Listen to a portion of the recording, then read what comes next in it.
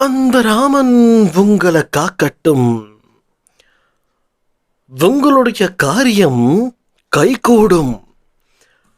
நம்பிக்கையுடன் என்னை வணங்கும் எல்லா இடமும் துவாரகமாயே.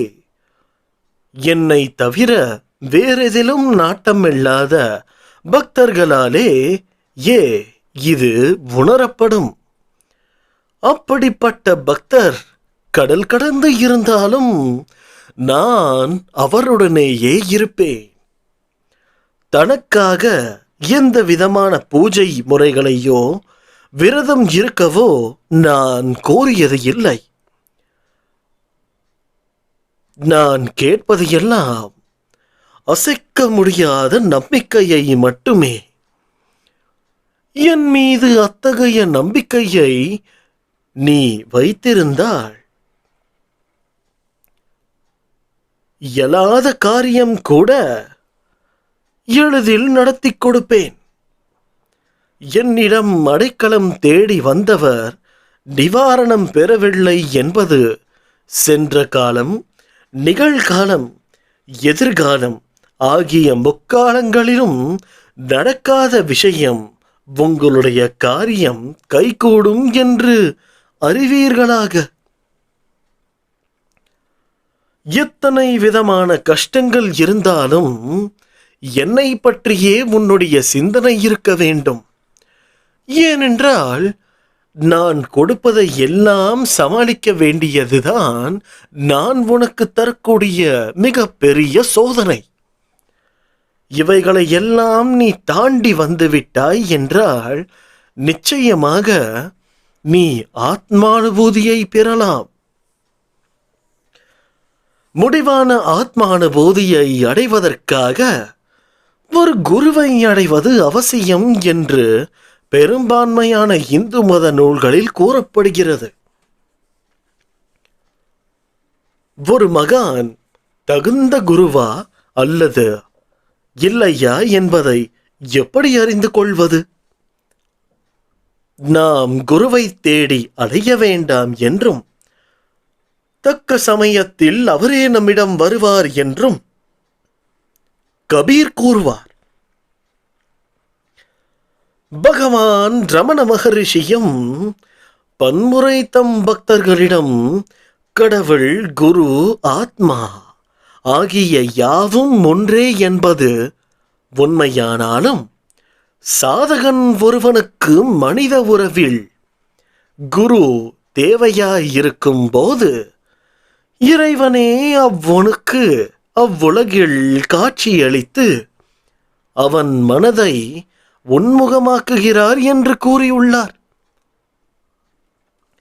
நான் மனித உருவில் உள்ள குருவாய் இருந்து சாதகரை என்னிடம் வரவழைத்துக் கொண்ட எத்தனையோ உதாரணங்கள் உள்ளன.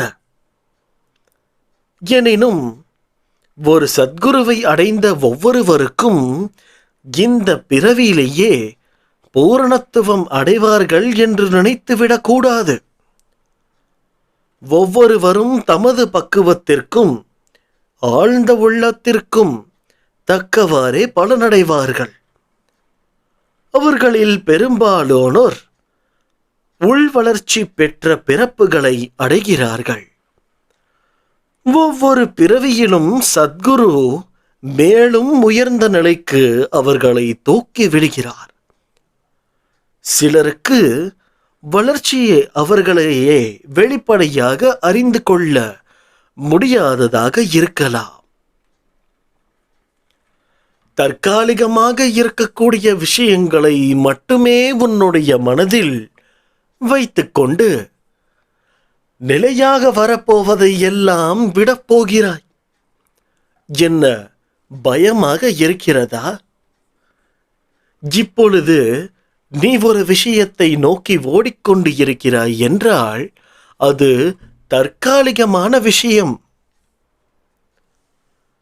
அந்த தற்காலிகமான விஷயத்தை பற்றி மட்டுமே உன்னுடைய மனது முழுவதும் இருக்கிறது. எத்தனை விதமான சோதனைகளையும் நான் உனக்கு கொடுத்து பார்த்து விட்டேன். புரிந்து கொள்ளக்கூடிய பக்குவம் உனக்கு இருப்பது இல்லை.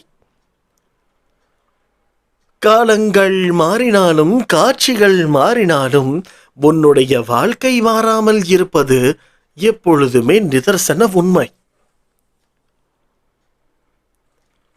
உன்னுடைய வாழ்க்கையில் ஏதாவது மாற்ற வேண்டும் என்று நீ நினைத்தால் மாற்ற வேண்டியது மற்றவைகளை அல்ல, நீதான். ஒன்றை மட்டும் நன்றாக புரிந்து கொள், உலகம் உனக்காக மாறாது, நீதான் மாற வேண்டும். நீ மாறினால் மட்டும்தான் உனக்கு இருக்கக்கூடிய கஷ்டங்களும் காரியங்களும் மாறத் தொடங்கும். இந்த உலகத்திற்கு ஏற்றவாறு உன்னை நீ மாற்றிக்கொள்ள வேண்டும். நீ எதுவாக நினைக்கிறாயோ அதுவாகவே நீ மாறுகிறாய். உதாரணத்திற்கு நான் உனக்கு ஒரு விஷயத்தை கூறுகிறேன். ஒரு நாள் ஒரு குருவும் ஒரு சீடனும் ஒரு ஆசிரமத்தில் இருந்தார்கள். அந்த ஆசிரமத்தில் நல்லொழுக்கத்தை மட்டுமே பின்பற்றுகிற ஒரு ஆசிரமமாக இருந்தது. ஆனாலும் இரவு நேரங்களில் உறங்க செல்லும் பொழுது அந்த இடத்தில் இருக்கக்கூடிய கொசுக்களின் தொல்லை மிகவும் அதிகமாக இருந்தது. சீடனுக்கோ அதை சகித்துக் கொள்ள முடியவில்லை. சீடனை கவனித்த அந்த குரு சீடனிடம் கூறுகிறார், நாளை ஒரு கொசுவலை வாங்கிக் கொள் என்று. உனக்கு மட்டும் வாங்கிக் கொள்ளாதே, நீ மட்டும் அதை பயன்படுத்தினால் பிறகு மீதம் இருக்கக்கூடிய கொசுக்கள் எல்லாம் என்னை ஒரு வழியாக்கிவிடும். அதனால் எனக்கும் ஒரு கொசு வலையை வாங்கிக் கொள் என்று கூறினார். அப்பொழுது ஒரு மாதம் அவர்கள் இருவருமே வெவ்வேறு கொசு வலையில்தான் உறங்கினார்கள். தினமும் சீடனை குரு குறிப்பிட்ட நேரம் ஆனவுடன் படுக்கையை தயார் செய் என்று கூறும் பொழுது சீடனோ விரைந்து சென்று 2 பேருக்கும் கொசுவலையை வைத்து விடுவார். ஆனால் அன்று ஒரு நாள் அந்த குரு சீடனுக்கு உத்தரவு கொடுக்கவே இல்லை. இருவரும் உறங்கத் தொடங்கும் பொழுது குரு உறங்கிவிட்டார். ஆனால் சீடனோ கொசு தொல்லை தாங்க முடியாமல் உறக்கம் இல்லாமல் போனார்கள். உடனே அந்த சீடன் எழுந்து குருவினுடைய மூச்சு காற்றை கவனித்தார். கவனிக்கும் பொழுது சீடன் உணர்ந்தார், குரு ஆழ்ந்த நிலையில் சென்று விட்டார், அதாவது தியான நிலைக்கு. அதனால் நாம் என்னதான் செய்வது என்று யோசித்துக் கொண்டே இருந்தார். ஆனால் தியான நிலையில் இருந்த குருவுக்கு தெரிந்துவிட்டது சீடனுக்கு உறக்கம் இல்லை என்று. அப்பொழுது உடனே குரு எழுந்து கொண்டு சீடனை நோக்கி கூறுகிறார், மகனே, இந்த உலகம் நீ உறங்க வேண்டும் என்பதற்காக இந்த உலகம் தன்னையே மாற்றிக்கொள்ள வேண்டுமா என்று ஒரு கேள்வியை கேட்டார். சீடன் திகைத்து போய் நின்று கொண்டிருந்தார். அந்த நேரத்தில் மீண்டும் ஒரு பதில் ஒலித்தது குருவிடம் இருந்து. என்னவென்றால், சீடனே, இந்த உலகம் உனக்காக மாறாது, உன்னை நீயே மாற்றிக்கொள்ள வேண்டும். கொசுக்கள் உன்னிடம் இருக்கிறது, உன்னை கடிக்க வருகிறது என்று நீ நினைத்தால் நிச்சயமாக கடிக்க வரும். இதே உன்னுடைய நினைவாற்றலை வேறு ஒரு பக்கம் வைத்துக்கொண்டு தியான நிலையில் இருந்தால் நிச்சயமாக இந்த உலகத்தில் இருக்கக்கூடிய ஜீவராசிகள் உன்னை எதுவும் செய்யாது என்று கூறினார். இதை உணர்ந்த சீடன் அமைதியாக சென்று உறங்கத் தொடங்கினார். அவருடைய நினைவாற்றலை வேறேதோ ஒரு இடத்தில் வைத்ததினாலோ என்னவோ தியான நிலைமைக்கு மிக விரைவில் செல்ல முடிந்தது. பார்த்தாள், என்ன ஒரு ஆச்சரியம்! ஒரு கொசு கூட அந்த சீடனை கடிக்கவில்லை, அந்த குருவையையும் கடிக்கவில்லை. அப்பொழுதுதான் சீடன் உணர்ந்தான், இந்த கொசுவலை பகட்டை எல்லாம் என் ஒருவனின்காக மட்டும்தான், இந்த பிரபஞ்சத்தின் சக்தியை பற்றி எனக்கு உணர்த்துவதற்காக மட்டும்தான் என்று. அன்று முதல் ஒவ்வொரு நாளும் மாறத் தொடங்கியது.